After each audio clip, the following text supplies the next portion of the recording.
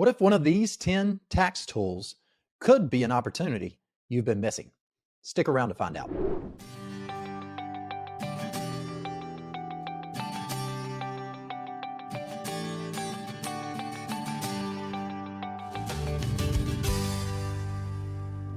So we're excited to get into this conversation on tax planning opportunities today because it can take an unconventional thought process to think about paying tax now that could lower your lifetime tax rate. But we're going to talk through how that can actually benefit you because we talk about this a lot on the show. And if this is your first time listening, we know that this is critical to your long-term success in a financial plan of building wealth. So before we jump into the show this week, you might have missed last week's episode, and 2022 has thrown us a ton of investing curveballs. So it could be good to revisit your investment principles from time to time. We went through our 10 last week, and you can use that to scrub against your investment strategy.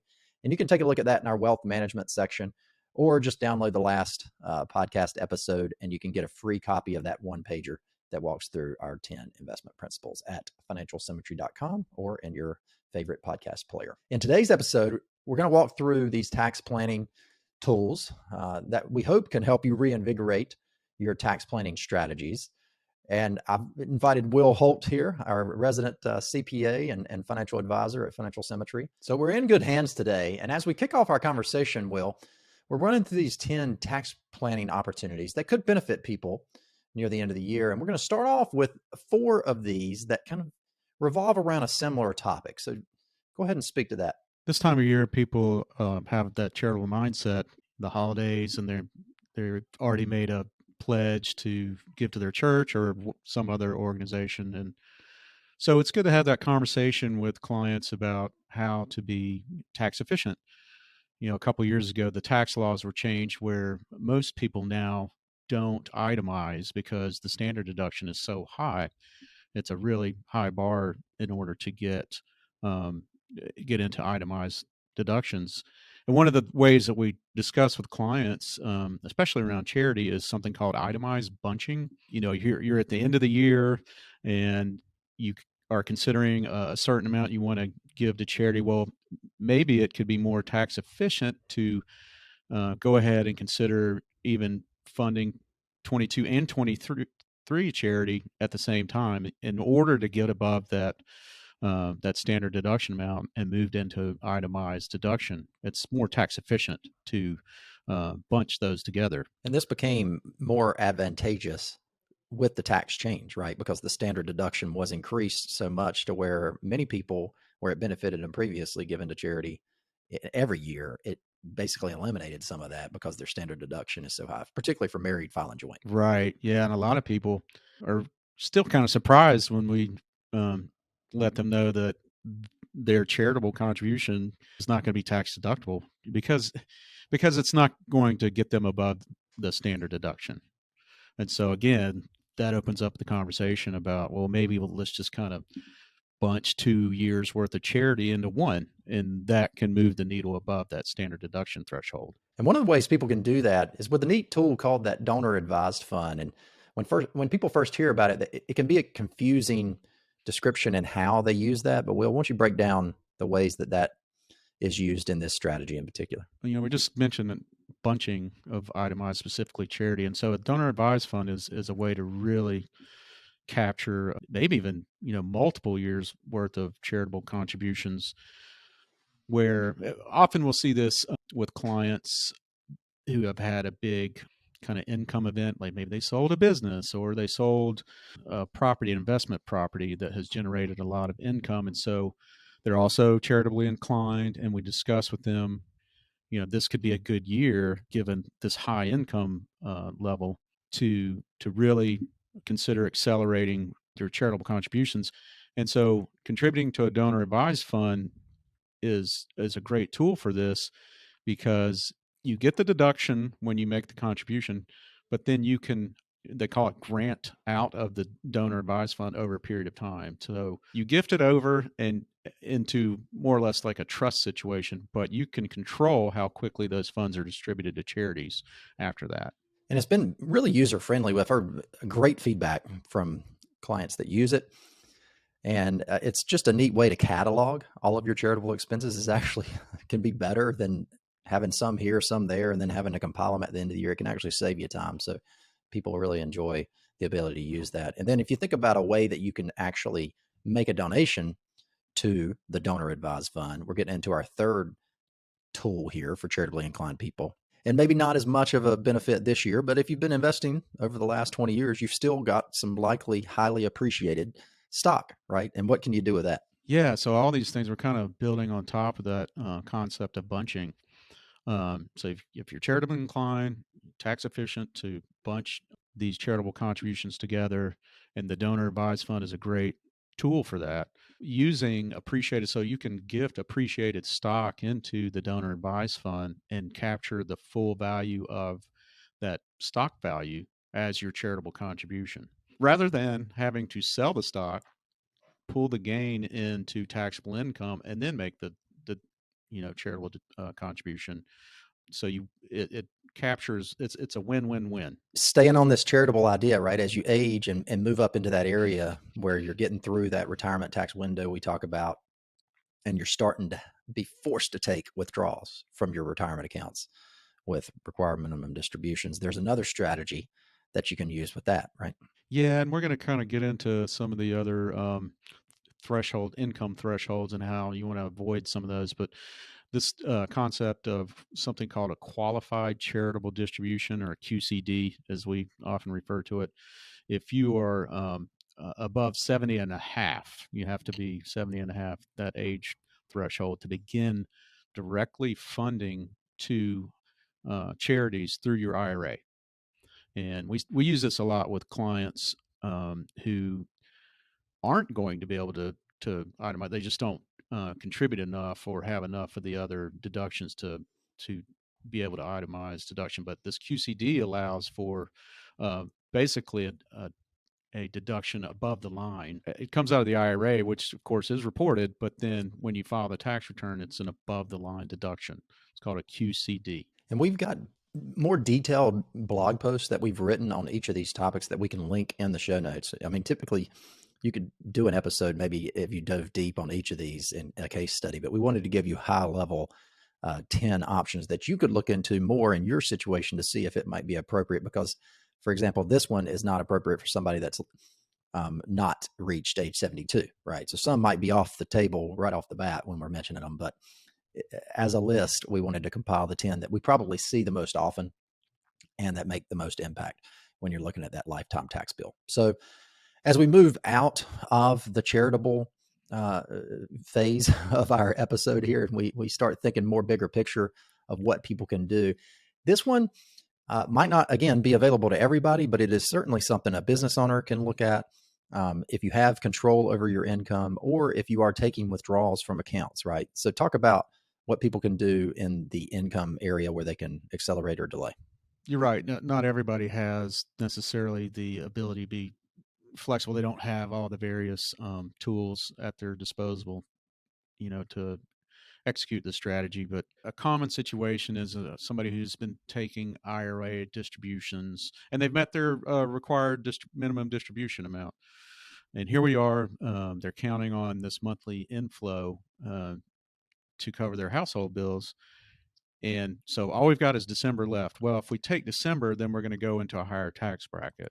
Sometimes we've even had clients use a home equity line just for that month. And if they have to draw off of that in order to cover their household bills just for December, then in January, you can take the distribution and pay that off. Or we even have used a 60-day rollover. Once a year, once every 12 months, you can take a distribution from your IRA, and then you have 60 days to put it back. And so that it would exclude it from being taxable income for that year. Roth IRAs, we talk a lot about those. Those certainly come into play as far as if we want to avoid a higher tax bracket. HSAs, some other account that if we need cash flow isn't going to be a taxable income when it's drawn out. The genesis of these ideas really started with Will and I going back and forth on this idea of tax bracket management, right? So we put together these 10 as a way to really diagnose and look deeply at where your tax bracket sits in a year.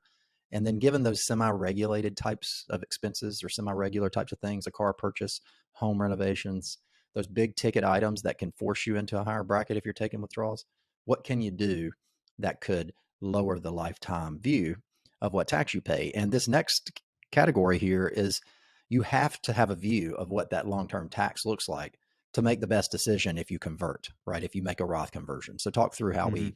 we look at that. Yeah, the kind of the rule of thumb is if you are in a lower bracket now than you uh, will be in the future, again, best guess, right? Based on what we understand of current tax law and where they may go, then converting to a Roth can be a great move because you're paying taxes now at a lower rate, and once those funds are in the Roth, the beauty of a Roth is they grow tax free. And more than that, this kind of decision making with our clients has started really with the financial plan when we're looking at sources of income, cash flow. And one of the key things is should they defer taking Social Security benefits, because that's something we really can't get into deeply here. But Social Security benefits can create a hidden tax, what we call the Social Security tax bubble. And if you're able to defer taking that income, then it really opens up the door to maximize Roth conversions, and and again, that tax bracket management that we're really trying to dial in. We have an episode on that Social Security tax bubble that Will and I have been through with some examples, and we'll put a link to that in the show notes as well.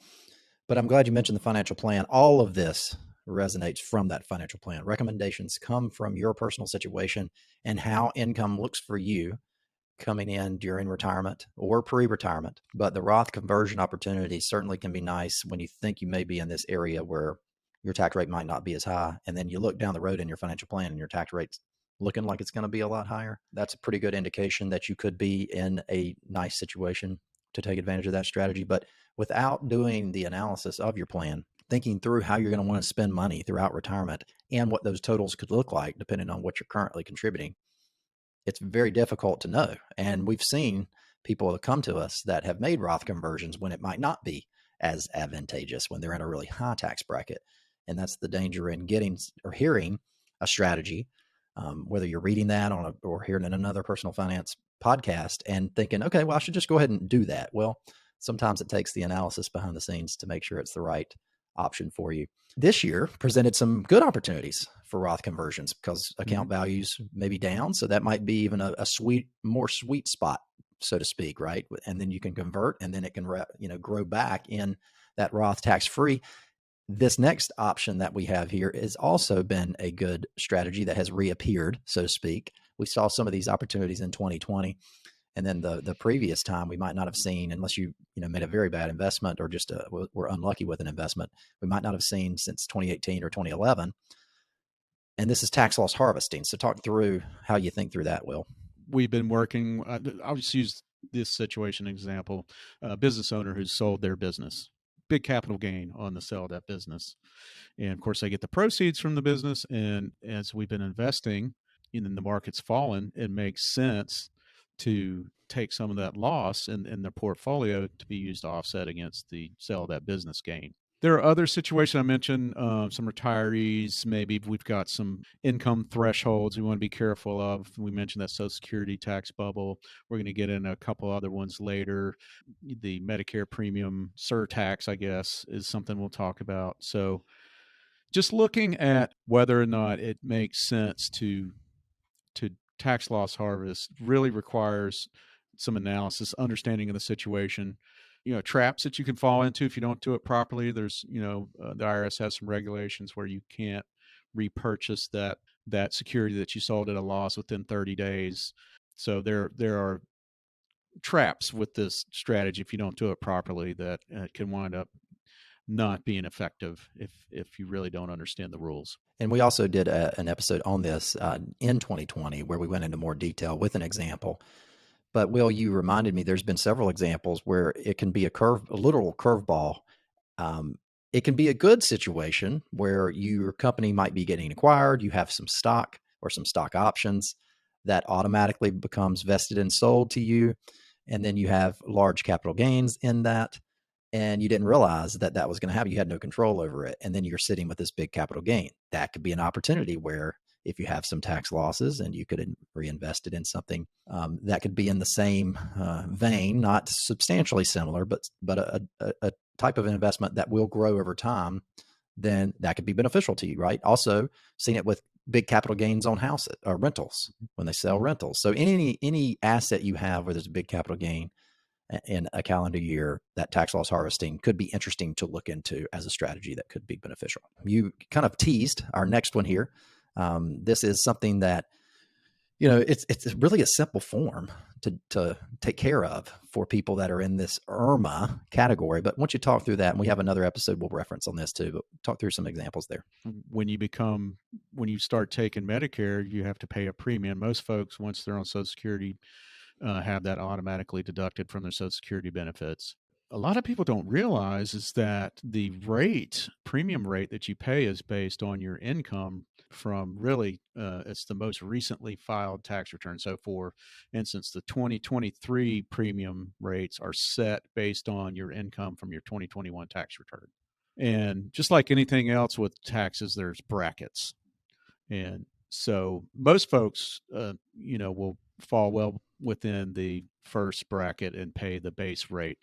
But if, again, like we just mentioned, if there was some kind of big income or their required minimum distributions start kicking in, that's one that really you start seeing when they hit that age, really starts changing the equation, can really move their income up, and then all of a sudden they're having to pay basically a surtax because they made more money than that first threshold allows them to, and they have to start paying that extra tax, that extra premium.